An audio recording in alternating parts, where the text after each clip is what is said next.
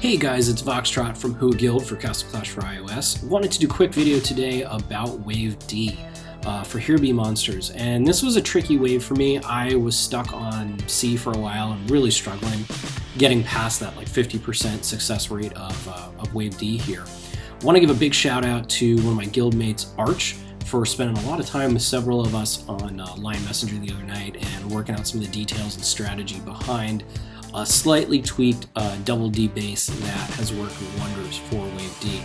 Now what you'll see is the big factor here is that there is nothing on the sides of this base. Generally with the double diamonds, people like to surround the base on all sides. But by eliminating things on the sides, the heroes aren't going to pop out when mobs come through. So you're not going to risk having the monsters attacking when your bases or vaults, and instead switching immediately to the hero. They're just going to come right in after the towers, and your heroes are going to smash everything in sight. Now, I happen to start this wave with griffins. I totally farmed this without it. As you can see, they pretty much just get decimated. So there's really no point in having anything unless somehow you're very reliant on, them killing maybe one or two monsters, and that makes a difference for you. But anyways, you'll see they're going to clear here a little bit on the sides.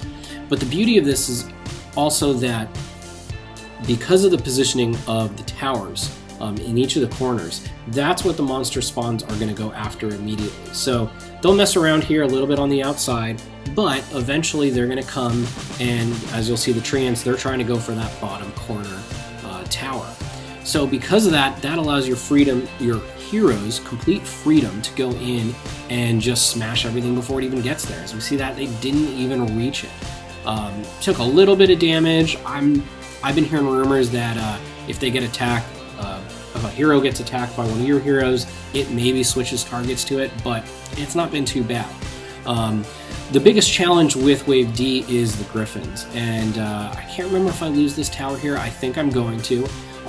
Is that those griffins come in and just everyone attacks at once, and they go down quick. Wave E is a little bit easier because there's less griffins, but it's just how it goes. Luckily here my heroes are strong enough that they're able to take everything else on and kind of get back to it, and I only lose one tower. Not a big deal. We're going into D5 with 2 towers and all 5 heroes up. Still have a couple of bombs in the base. Now, as you'll see here, they're going to come in for that tower. It's going to go down, but it doesn't matter because all 5 of my heroes are up, and they're just going to blow everything to shreds. So, as you can see, really quick victory, nice easy farm, and you don't need anything. The bombs are probably totally unnecessary as well, but I like to keep them there. Just to show you my hero altar so you see what I'm working with. Occasionally I'll switch Ninja and Paladin. It's just personal preference. Not a real change there. Alright, I want to show you guys this base one more time, and just that way you can see there's no flukes, and I want to show you a little bit more of the strategy. I like to lay down the bombs, like I said. If it makes a difference in the end of the fight, it costs you a couple thousand mana and gold, it's really not a big deal.